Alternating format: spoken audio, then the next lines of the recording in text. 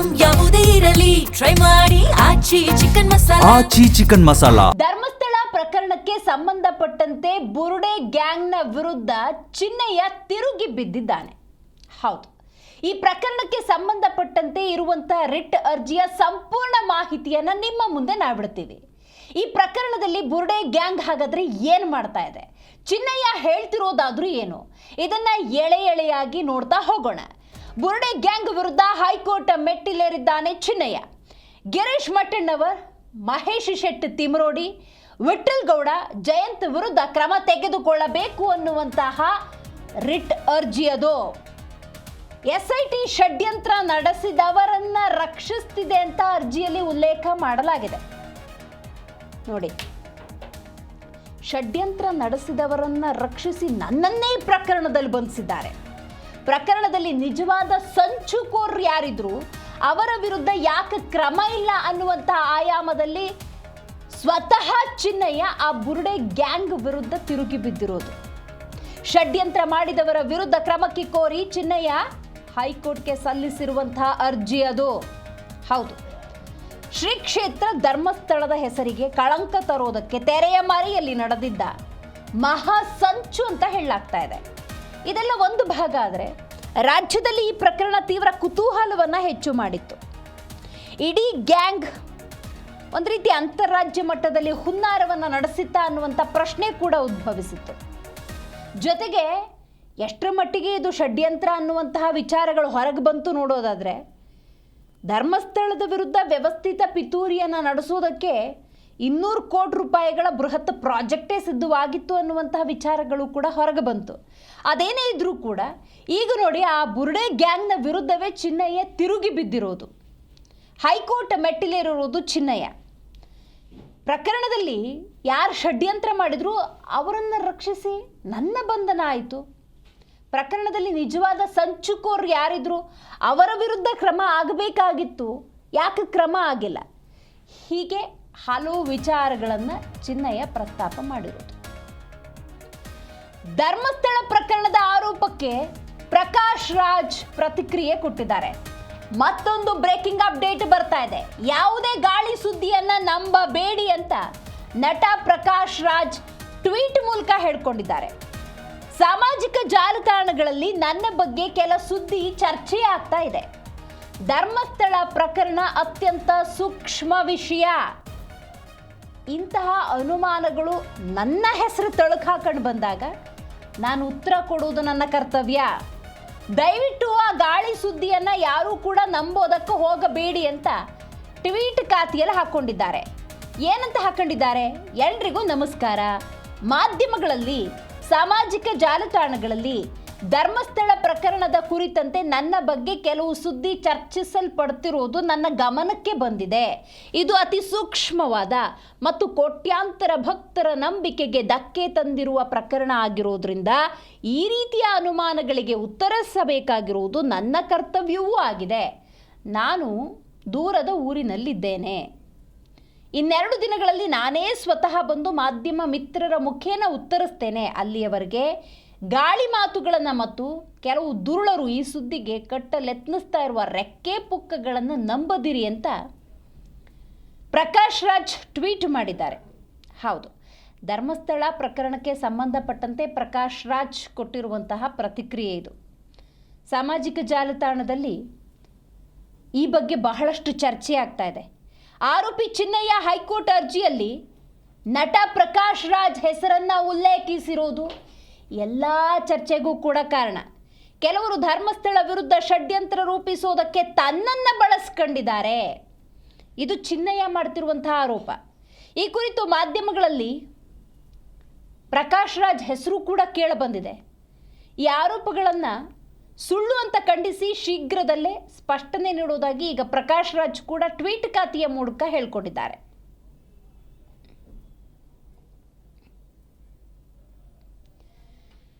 ಈ ಬಗ್ಗೆ ಹೆಚ್ಚಿನ ಡೀಟೇಲ್ಸ್ ಅನ್ನ ನಮ್ಮ ಪ್ರತಿನಿಧಿ ಭವ್ಯ ನೀಡ್ತಾ ಹೋಗ್ತಾರೆ. ಭವ್ಯ, ಧರ್ಮಸ್ಥಳ ಪ್ರಕರಣ ಏನಿದೆ ಅದು ಸೂಕ್ಷ್ಮ ಮತ್ತು ಗಂಭೀರ ಪ್ರಕರಣ. ಇದರಲ್ಲಿ ಆರಂಭದಲ್ಲಿ ಚಿನ್ನಯ್ಯನನ್ನ ಗಂಭೀರವಾಗಿ ಪರಿಗಣಿಸಿ, ಆತನ ಹೇಳಿಕೆಯನ್ನು ಪರಿಗಣಿಸಿ, ಆತನನ್ನೇ ಕೇಂದ್ರೀಕೃತವಾಗಿಟ್ಟುಕೊಂಡು ತನಿಖೆಯನ್ನು ಸುದೀರ್ಘವಾಗಿ ನಡೆಸಲಾಗುತ್ತೆ. ಈಗ ಅದೇ ಚಿನ್ನಯ್ಯ ಆ ಬುರುಡೆ ಗ್ಯಾಂಗ್ ವಿರುದ್ಧ ತಿರುಗಿ ಬಿದ್ದಿರೋದು ನಿಜಕ್ಕೂ ಕೂಡ ಈ ಪ್ರಕರಣದ ಮೇಜರ್ ಟ್ವಿಸ್ಟ್ ಅಂತಾನೆ ಹೇಳ್ಬೋದು. ಹಾಗಾದ್ರೆ ಈಗ ಚಿನ್ನಯ್ಯ ಹೇಳ್ತಿರೋದೇನು, ಆ ಅರ್ಜಿಯಲ್ಲಿ ಏನಿದೆ ಭವ್ಯ? ಎಸ್, ಖಂಡಿತ ದಿವ್ಯಾ. ಧರ್ಮಸ್ಥಳ ಗ್ರಾಮದ ಪ್ರಕರಣಕ್ಕೆ ಮೇಜರ್ ಟ್ವಿಸ್ಟ್ ಸಿಕ್ಕಿದೆ ಅಂತ ಹೇಳ್ಬೋದು. ಯಾಕಂದರೆ ಹೈಕೋರ್ಟ್ಗೆ ನಿನ್ನೆ ಸಲ್ಲಿಕೆ ಮಾಡಿರುವಂತಹ ರಿಟ್ ಅರ್ಜಿಯಲ್ಲಿ ಬಹಳಷ್ಟು ರೋಚಕ ವಿಚಾರಗಳು ಕೂಡ ಬೆಳಕಿಗೆ ಬಂದಿರುವಂಥದ್ದು. ಯಾಕಂದರೆ ಈ ಪ್ರಕರಣದ ತನಿಖೆಯನ್ನು SIT ನಡೆಸ್ತಾ ಇರುವಂಥದ್ದು. ಆದರೆ SIT ತನ್ನ ಅಂತಿಮ ವರದಿಯನ್ನು ಸಲ್ಲಿಕೆ ಮಾಡಿಲ್ಲ. ಎಲ್ಲೋ ಒಂದು ಕಡೆ ಈ ಪ್ರಕರಣದಲ್ಲಿ ತನ್ನನ್ನು ಸಿಲುಕಿಸಿ ಹಾಕಿಸಿದ್ದಾರೆ. ಈ ಪ್ರಕರಣದಲ್ಲಿ ತಿಮರೋಡಿ ಆಗಿರ್ಬೋದು, ಗಿರೀಶ್ ಮಟ್ಟನ್ ಅವರಾಗಿರ್ಬೋದು, ವಿಠಲ್ ಗೌಡ ಆಗಿರ್ಬೋದು, ಹಾಗೇನೆ ಯೂಟ್ಯೂಬರ್ನ ಹೆಸರನ್ನು ಕೂಡ ಮೆನ್ಷನ್ ಮಾಡಿದ್ದಾರೆ. ಸೊ ಇವರನ್ನ ಈ ಪ್ರಕರಣದಲ್ಲಿ ಆರೋಪಿಗಳನ್ನಾಗಿ ನಮೂದು ಮಾಡಿಲ್ಲ. ಕೇವಲ ಚಿನ್ನಯ್ಯ ಅಂದ್ರೆ ಆತ ರಿಟ್ ಅರ್ಜಿ ಸಲ್ಲಿಕೆ ಮಾಡಿದ್ದಾನೆ, ಈತನನ್ನ ಮಾತ್ರ ಒಂದು ಆರೋಪಿಗಳನ್ನಾಗಿ ಈ ಪ್ರಕರಣದಲ್ಲಿ ತಲುಕಿ ಹಾಕಲಾಗಿದೆ ಅಂತ ಈ ಒಂದು ಸ್ಪಷ್ಟವಾಗಿ ನಮೂದು ಮಾಡಿದ್ದಾನೆ. ಹಾಗೇನೆ ಈ ರಿಟ್ ಅರ್ಜಿಯಲ್ಲಿ ಏನೆಲ್ಲ ಮೆನ್ಷನ್ ಮಾಡಿದ್ದಾರೆ ಅಂದ್ರೆ ಈ ಪ್ರಕರಣದಲ್ಲಿ ವಿಠಲ್ ಗೌಡ ಅನ್ನೋರು ಇದ್ದಾರೆ. ಸೊ ಅವರು ಹಾಗೇನೆ ಮಹೇಶ್ ತಿಮರೋಡಿಯನ್ನ ಚಿನ್ನಯ್ಯ ಅವರಿಗೆ ಮೊದಲು ವಿಠಲ್ ಗೌಡ ಪರಿಚಯ ಮಾಡಿಸ್ತಾನೆ. ಈ ಸಂದರ್ಭದಲ್ಲಿ ಧರ್ಮಸ್ಥಳ ಗ್ರಾಮದ ಸುತ್ತಮುತ್ತ ಈ ಹಿಂದೆ ಏನು ಸರ್ಕಾರದ SIT ಅಧಿಕಾರಿಗಳು ಹೋಗಿ ಬುರುಡೆ ಗ್ಯಾಂಗ್ ಅಂದ್ರೆ ಅಲ್ಲಿ ಇಟ್ಟಿದ್ದಾರೆ ಅನ್ನೋ ಅಂಶವನ್ನ ಒಂದು ಅಲ್ಲಿ ಕಲೆ ಹಾಕೋದಕ್ಕೆ ಮುಂದಾಗಿದ್ರು. ಈ ಸಂದರ್ಭದಲ್ಲಿ ಯಾವುದೇ ರೀತಿಯಾದಂತಹ ಅಂಶಗಳು ಪತ್ತೆ ಆಗಿರಲಿಲ್ಲ. ಸೊ ಇದನ್ನೆಲ್ಲ ಪ್ಲಾನ್ ಅನ್ನ ಮಾಡಿರೋದು ಮಹೇಶ್ ತಿಮರೋಡಿ ಅನ್ನೋದನ್ನ ಸ್ಪಷ್ಟವಾಗಿ ರಿಟ್ ಅರ್ಜಿಯಲ್ಲಿ ಉಲ್ಲೇಖ ಮಾಡಿದ್ದಾರೆ. ಅಂದ್ರೆ ಮಹೇಶ್ ತಿಮರೋಡಿ ಯಾವ ರೀತಿ ಪರಿಚಯ ಆದ್ರು, ಅದಾದ ನಂತರ ಇವರು ಯಾವ ರೀತಿ ಪ್ಲಾನ್ ಅಲ್ಲೆಲ್ಲ ಮಾಡ್ಕೊಂಡ್ರು ಅನ್ನೋದನ್ನ ಸಂಪೂರ್ಣವಾಗಿ ರಿಟ್ ಅರ್ಜಿಯಲ್ಲಿ ಉಲ್ಲೇಖ ಮಾಡಿದ್ದಾರೆ. ಬರೋಬ್ಬರಿ ಈ ಪ್ರಕರಣದ ಟಾರ್ಗೆಟ್ ಆಗಿದ್ದು 200 ಕೋಟಿ ಅಂದ್ರೆ 200 ಕೋಟಿ ಹಣವನ್ನ ಇವರು ಧರ್ಮಸ್ಥಳದಿಂದ ಪಡೆದು ತದನಂತರ ಈ ಪ್ರಕರಣಕ್ಕೆಲ್ಲ ಖರ್ಚು ವೆಚ್ಚಗಳಾಗಿರ್ಬೋದು, ಅದಾದ ನಂತರ ಈ ಪ್ರಕರಣದಲ್ಲಿ ಎಲ್ಲರೂ ಹಣವನ್ನ ಶೇರ್ ಮಾಡಿಕೊಳ್ಳುವ ಪ್ಲಾನ್ ಅನ್ನ ಮಾಡ್ಕೊಂಡಿದ್ರು ಅನ್ನೋ ಅಂಶವನ್ನ ಕೂಡ ಉಲ್ಲೇಖ ಮಾಡಿದ್ರು. ಹಾಗೇನೆ ಈ ಪ್ರಕರಣದಲ್ಲಿ ಚಿನ್ನಯ್ಯ ಅವರು ಏನಿದ್ದಾರೆ ಅಂದ್ರೆ ಅವರನ್ನ ಯಾವ ರೀತಿ ತಲುಕು ಹಾಕಿದ್ರು ಅನ್ನೋ ಅಂಶವನ್ನ ಕೂಡ ಮೆನ್ಷನ್ ಮಾಡಿದ್ದಾರೆ. ಅಂದ್ರೆ ಈ ಪ್ರಕರಣದಲ್ಲಿ ಮಹೇಶ್ ತಿಮರೋಡಿ ಅವರ ಮನೆಗೆ ವಿಠಲ್ ಗೌಡ ಆಗಿರ್ಬೋದು, ಗಿರೀಶ್ ಮಟ್ಟನ್ ಅವರೆಲ್ಲ ಕರ್ಕೊಂಡು ಹೋಗ್ತಾರೆ. ತದನಂತರ ಅಲ್ಲಿ ಅವರೊಂದು ಪ್ಲಾನ್ ಅನ್ನ ಮಾಡ್ತಾರೆ. ಅಂದ್ರೆ ಈ ನಾವು ಹೇಳಿದಾಗೆ ನೀವು ಮಾಡಬೇಕು, ಒಂದು ವೇಳೆ ಮಾಡದೆ ಹೋದ್ರೆ ನಿನ್ನ ಹೆಂಡತಿಯನ್ನ ಕೊಲೆ ಮಾಡೋದಾಗಿ ಬೆದರಿಕೆಯನ್ನ ಹಾಕಿದ್ದಾರೆ. ಹಾಗೇನೆ ಒಂದೊಂದು ಸಲ ಕರಿವಾಗ 5,000 10,000 ಈ ರೀತಿಯಾಗಿ ಹಣವನ್ನ ಕೊಡ್ತಾ ಇದ್ರು. ತದನಂತರ ಎಲ್ಲಾ ಪ್ಲಾನ್ ಸಕ್ಸಸ್ ಆದ ನಂತರ ಅಂದ್ರೆ ಧರ್ಮಸ್ಥಳದ ವೀರೇಂದ್ರ ಹೆಗ್ಡೆ ಅವರನ್ನ ಜೈಲಿಗೆ ಕಳುಹಿಸಿದ ಬಳಿಕ 50 ಲಕ್ಷ ಹಣವನ್ನ ಕೊಡೋದಾಗಿ ಕೂಡ ಹೇಳಿದ್ರು ಅನ್ನೋದನ್ನ ರಿಟ್ ಅರ್ಜಿಯಲ್ಲಿ ಮೆನ್ಷನ್ ಮಾಡಿದ್ದಾರೆ. ಹಾಗಾದ್ರೆ ಈ ಪ್ರಕರಣದ ಸುತ್ತ ನೋಡುವಾಗ ಈ ಪ್ರಕರಣವನ್ನ ಪ್ಲಾನ್ ಆಗಿ ಮಾಡ್ಕೊಂಡಿದ್ರ ಅನ್ನೋ ಪ್ರಶ್ನೆ ಕೂಡ ಇಲ್ಲಿ ಉದ್ಭವ ಆಗುತ್ತೆ.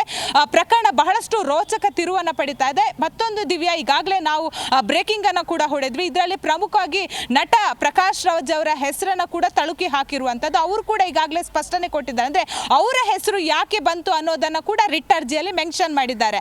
ಅಂದ್ರೆ ಗಿರೀಶ್ ಮಟ್ಟನ್ ಅವರು ಹಾಗೇನೆ ಮಹೇಶ್ ತಿಮರೋಡಿ ಆಗಿರ್ಬೋದು, ಚಿನ್ನಯ್ಯ ಅವರು ಕುಳಿತುಕೊಂಡಿರುವಾಗ ಗಿರೀಶ್ ಮಟ್ಟನ್ ಅವರು ಚಿನ್ನಯ್ಯ ಅವರಿಗೆ ಫೋನ್ ಮಾಡಿ ಅಂದ್ರೆ ಅಲ್ಲಿ ಕುತ್ಕೊಂಡಿರುವಾಗ ನಟನ್ಗೆ ಫೋನ್ ಮಾಡ್ತಾರೆ. ಆ ಸಂದರ್ಭದಲ್ಲಿ ನಟ ಚಿನ್ನಯ್ಯ ಅವರಿಗೆ ಅಂದ್ರೆ ಕೆಲವೊಂದು ಇನ್ಸ್ಟ್ರಕ್ಷನ್ ಅನ್ನ ಕೊಡ್ತಾರಂತೆ.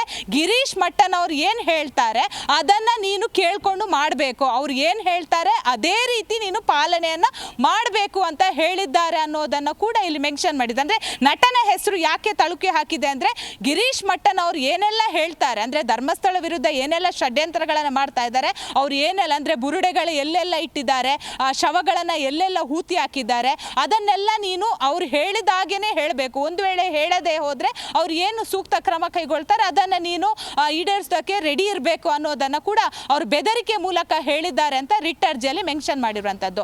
ಮತ್ತೊಂದು ಕಡೆ SIT ತನಿಖಾಧಿಕಾರಿಗಳ ಮೇಲೆ ಕೂಡ ಆರೋಪ ಮಾಡಿದ್ದಾರೆ. ಅಂದ್ರೆ ಈ ಪ್ರಕರಣದಲ್ಲಿ ಬಹಳಷ್ಟು ಜನ ಇದ್ದಾರೆ, ಆದ್ರೆ ತನ್ನನ್ನ ಮಾತ್ರ ಯಾಕೆ ಆರೋಪಿಗಳನ್ನಾಗಿ ಮಾಡಿದ್ದಾರೆ. ಅಷ್ಟು ಮಾತ್ರವಲ್ಲದೆ ಸುಪ್ರೀಂ ಕೋರ್ಟ್ ಅಲ್ಲಿ ಕೂಡ ಈ ವಿಚಾರ ಬಂದಿತ್ತು. ಸೊ ಈ ಸಂದರ್ಭದಲ್ಲಿ ಸುಜಾತ ಆಗಿರ್ಬೋದು ತನ್ನನ್ನ ಇದೇ ಗಿರೀಶ್ ಮಟ್ಟನ್ ಅವರು ಕರ್ಕೊಂಡು ಹೋಗ್ತಾರೆ. ತದನಂತರ ವಕೀಲರು ಏನ್ ಹೇಳ್ತಾರೆ ಅದನ್ನ ಮಾತ್ರ ಕೋರ್ಟ್ ಅಲ್ಲಿ ಹೇಳ್ಬೇಕು. ಹೈಕೋರ್ಟ್ ಅಲ್ಲಾಗ್ಲಿ, ಸುಪ್ರೀಂ ಕೋರ್ಟ್ ಅಲ್ಲಾಗ್ಲಿ ಅಥವಾ SIT ತನಿಖಾಧಿಕಾರಿಗಳ ಬಳಿ ವಕೀಲರು ಏನ್ ಹೇಳ್ತಾರೆ ಅದನ್ನ ಮಾತ್ರ, ಹಾಗೇನೆ ನಾವು ಹೇಳಿಕೊಟ್ಟದನ್ನ ಮಾತ್ರ ಹೇಳಬೇಕು. ಹಾಗೇನೆ ಯೂಟ್ಯೂಬರ್ ಏನಿದ್ದಾರೆ, ಯೂಟ್ಯೂಬರ್ ಕೂಡ ರೆಕಾರ್ಡ್ ಅನ್ನ ನನಗೆ ಹೇಳಿಸಿಕೊಟ್ಟು ಮಾಡಿದ್ದಾರೆ ಅನ್ನೋದನ್ನ ಕೂಡ ಇಲ್ಲಿ ಮೆನ್ಷನ್ ಮಾಡಿದ್ದಾರೆ. ಅಂದ್ರೆ ಬುರುಡೆ ಗ್ಯಾಂಗ್ ಅಲ್ಲಿ ಧರ್ಮಸ್ಥಳದ ಹೆಸರನ್ನ ಯಾವ ರೀತಿ ಹಾಳು ಮಾಡ್ಕೋಬಹುದು, ಅಂದ್ರೆ ಅಲ್ಲಿರುವಂತಹ ವ್ಯಕ್ತಿಗಳ ಹೆಸರನ್ನ ಯಾವ ರೀತಿ ತಳುಕು ಹಾಕಬಹುದು, ಹಾಗೇನೆ ಸರ್ಕಾರ ಏನು SIT ರಚನೆ ಮಾಡಿದಾಗ ಅವರೊಂದೊಂದು ಸ್ಪಾಟನ್ನು ಚಿನ್ನಯ್ಯ ಎಲ್ಲೆಲ್ಲ ಇಟ್ಟಿದ್ದಾನಂತ ಅಲ್ಲಿ ಕಲೆ ಹಾಕೋದಕ್ಕೆ ಕರ್ಕೊಂಡು ಹೋಗಿದ್ರು. ಆ ಸ್ಪಾಟ್ಗಳಲ್ಲಿ ಎಲ್ಲೆಲ್ಲ ಅಂದರೆ ಬುರುಡೆಗಳಾಗಿರ್ಬೋದು, ಎಲುಬುಗಳಾಗಿರ್ಬೋದು. ಸೊ ಈತ ಮೊದಲೇ ಆಲ್ರೆಡಿ ಇವ್ರಿಗೆ ಹೇಳಿದ್ರಂತೆ ಆ ಸ್ಪಾಟಲ್ಲೇ ನೀನು ತೋರಿಸ್ಬೇಕಂತ.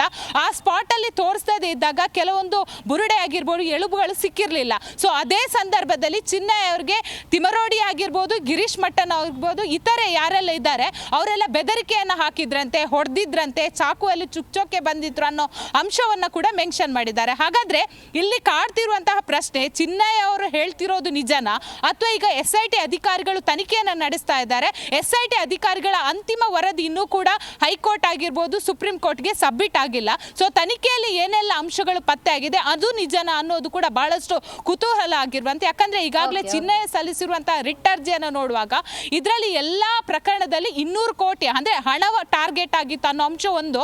ಮತ್ತೊಂದು ಕಡೆ ಧರ್ಮಸ್ಥಳದ ವೀರೇಂದ್ರ ಹೆಗಡೆ ಅವರನ್ನ ಜೈಲಿಗೆ ಕಳಿಸೋದಕ್ಕೆ ಯಾವೆಲ್ಲ ಪ್ಲಾನ್ಗಳನ್ನ ಮಾಡಬಹುದು ಅನ್ನೋದಕ್ಕೆ ಯಾವ ರೀತಿ ಎಲ್ಲ ಪ್ಲಾನ್ಗಳನ್ನ ಮಾಡಿದ್ರಂತ ಪಿನ್ ಟು ಪಿನ್ ಆಗಿ ಚಿನ್ನಯ್ಯ ಅವರು ಸಲ್ಲಿಸಿರುವಂತಹ ರಿಟ್ ಅರ್ಜಿಯಲ್ಲಿ ಮೆನ್ಷನ್ ಮಾಡಿದ್ದಾನೆ. ಅದರಲ್ಲೂ ಕೂಡ ದಿವ್ಯ ಡೇಟ್ ಅನ್ನು ಕೂಡ ಮೆನ್ಷನ್ ಮಾಡಿದ್ದಾನೆ. ಯಾವಾಗ ವಿಠಲ್ ಗೌಡ ತಿಮರೋಡಿ ಅವರನ್ನ ಭೇಟಿ ಮಾಡಿಸಿದ್ರು, ಯಾವಾಗ ಗಿರೀಶ್ ಮಟ್ಟನ್ ಅವರನ್ನ ಭೇಟಿ ಮಾಡಿಸಿದ್ರು, ಸುಜಾತ ಅವರು ಯಾವಾಗ ಬಂದ್ರು, ನಟ ಪ್ರಕಾಶ್ ಅವರನ್ನ ಯಾವ ರೀತಿ ಅಂದ್ರೆ ಇದರಲ್ಲಿ ಇನ್ವಾಲ್ವ್ ಮಾಡಿದ್ರು, ಪ್ರತಿಯೊಂದನ್ನು ಕೂಡ ಮೆನ್ಷನ್ ಮಾಡಿರುವಂತದ್ದು ದಿವ್ಯಾ. ಭವ್ಯ, ಹಾಗಾದ್ರೆ ಈಗ ಚಿನ್ನಯ್ಯನಿಗೆ ರಿಯಲೈಸೇಷನ್ ಆಗಿದೆ ಅಂತ ಅನ್ಕೋಬೇಕಾ? ಈಗ ರಿಟ್ ಅರ್ಜಿ ಸಲ್ಲಿಸಿ ನನ್ನನ್ನು ಮಾತ್ರ ವಿಕ್ಟಿಮ್ ಮಾಡಿದ್ದಾರೆ, ಉಳಿದವ್ರ ಬಂಧನ ಯಾಕಾಗಿಲ್ಲ ಅಂತ ಕೇಳ್ತಿರುವಂಥ ಚಿನ್ನಯ್ಯನ ಈಗಿನ ಮಾತನ್ನ ಯಾವ ಮಾನದಂಡದಲ್ಲಿ ಒಪ್ಕೋಬೇಕಾಗತ್ತೆ? ಇದು ಒಂದು ಪ್ರಶ್ನೆ. ಅಟ್ ದ ಸೇಮ್ ಟೈಮ್ ಹಾಗಾದ್ರೆ ಚಿನ್ನಯ್ಯನ ಈ ಹೇಳಿಕೆಯ ಮೇಲೆ ಮೂಲವನ್ನು ಹುಡುಕಬೇಕಾಗತ್ತೆ. ಒಂದು ಕಡೆ ಧರ್ಮಸ್ಥಳದ ಧರ್ಮಾಧಿಕಾರಿಗಳನ್ನು ಇಟ್ಕೊಂಡ್ರೆ ಅವರಿಗೂ ಮತ್ತು ಗಿರೀಶ್ ಮಟ್ಟಣ್ಣ ಅವರಿಗೂ, ಧರ್ಮಾಧಿಕಾರಿಗಳಿಗೂ ಮತ್ತು ಮಹೇಶ್ ತಿಮ್ರೋಡಿಗೂ, ಧರ್ಮಾಧಿಕಾರಿಗಳಿಗೂ ಮತ್ತು ಪ್ರಕಾಶ್ ರಾಜ್ಗೂ ಏನು ಲಿಂಕು, ಏನು ವೈಷಮ್ಯ, ಈ ಆಯಾಮದಲ್ಲಿ ನೋಡಬೇಕಾಗತ್ತಲ್ಲ.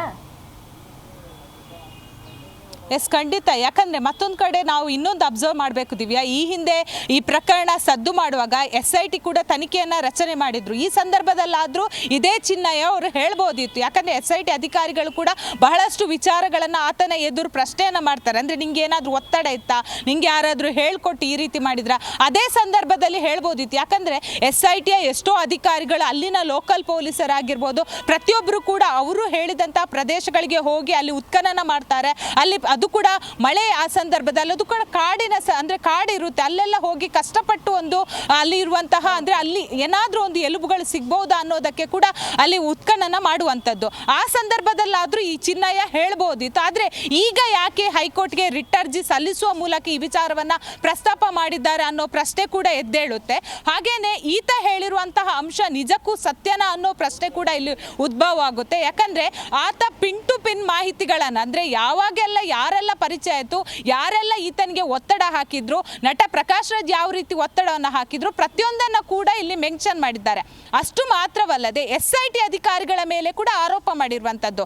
SIT ಅಧಿಕಾರಿಗಳು ಏನಿದ್ದಾರೆ ಸರ್ಕಾರದ ಅಧೀನದಲ್ಲಿರುವವರು. ಸೊ ಇವರು ಕೂಡ ಇದರಲ್ಲಿ ಪ್ರಕರಣದಲ್ಲಿ ಎಲ್ಲೋ ಒಂದು ಕಡೆ ತನ್ನನ್ನು ಮಾತ್ರ ಸಿಲುಕಿಸಿ ಹಾಕಿಸಿಕೊಳ್ಳೋದಕ್ಕೆ ಹುನ್ನಾರ ಹೂಡಿದ್ದಾರೆ ಅನ್ನೋ ಅಂಶವನ್ನು ಕೂಡ ಸ್ಪಷ್ಟವಾಗಿ ನಮೂದು ಮಾಡಿದ್ದಾರೆ. ಇದೇ ಜೂನ್ 29ಕ್ಕೆ ವಿಚಾರಣೆ ಮುಂದೂಡಿಕೆ ಆಗಿರುವಂಥದ್ದು. ಅವತ್ತು SITಯ ತನಿಖಾಧಿಕಾರಿಗಳು ಏನೆಲ್ಲ ತನಿಖೆಯನ್ನು ಮಾಡಿದ್ದಾರೆ, ಅಂತಿಮ ವರದಿಯನ್ನ ಜೂನ್ 29ಕ್ಕೆ ಸಲ್ಲಿಕೆ ಮಾಡಬೇಕಂತ ಹೈಕೋರ್ಟ್ನ ನ್ಯಾಯಮೂರ್ತಿಗಳು ಕೂಡ ತಿಳಿಸಿದ್ದಾರೆ. ಸೊ ಅವತ್ತು ಬಹಳಷ್ಟು ಕುತೂಹಲ ಇರುವಂಥದ್ದು. ಯಾಕಂದ್ರೆ SIT ಅಧಿಕಾರಿಗಳು ಏನೆಲ್ಲ ಇನ್ವೆಸ್ಟಿಗೇಷನ್ ಮಾಡಿದ್ದಾರೆ, ಚಿನ್ನಯ್ಯ ಹೇಳ್ತಿರೋದು ಸತ್ಯನ ಅಥವಾ ವೀರೇಂದ್ರ ಹೆಗ್ಡೆ ಅವರ ಮೇಲೆ ಯಾವ ರೀತಿ ಎಲ್ಲ ಈ ಏನು ಪ್ರಕರಣದಲ್ಲಿ ಮಹೇಶ್ ತಿಮರೋಡಿ ಆಗಿರ್ಬೋದು, ಗಿರೀಶ್ ಮಟ್ಟನ್ ಆಗಿರ್ಬೋದು, ಇತರೆ ಆರೋಪಿಗಳು ಯಾವ ರೀತಿ ಪ್ಲಾನ್ ಅನ್ನ ಮಾಡ್ಕೊಂಡಿದ್ರು ಅನ್ನೋ ಅಂಶ ಕೂಡ ನಾಡಿದ್ದು ಜೂನ್ 29ಕ್ಕೆ ಗೊತ್ತಾಗುತ್ತೆ. ದಿವ್ಯಾ, ನಿಮ್ಮೆಲ್ಲ ಮಾಹಿತಿಗಾಗಿ ಭವ್ಯ.